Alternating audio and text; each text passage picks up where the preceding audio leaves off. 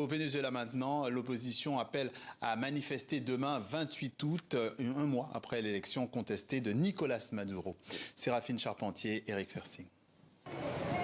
Au Venezuela, le feuilleton politique de l'élection présidentielle n'en finit pas. Après un mois de silence, l'un des membres de l'autorité électorale vénézuélienne, seul opposant au sein du Conseil national électoral, prend la parole lundi 26 août.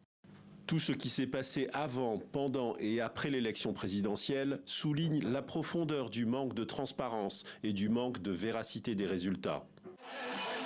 Le 28 juillet dernier, Nicolás Maduro est déclaré président pour un troisième mandat avec 52% des voix. Les résultats sont immédiatement contestés par l'opposition. Nous avons toutes les feuilles de pointage qui ont été transmises.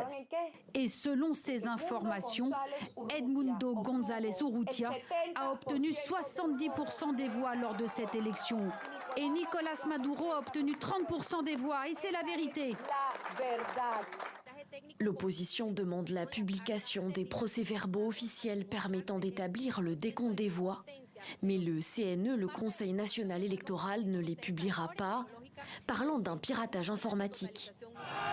Dans la rue, la grogne monte, des manifestations spontanées se forment. Elles font 27 morts, plus de 190 blessés et plus de 2000 personnes arrêtées de sources officielles.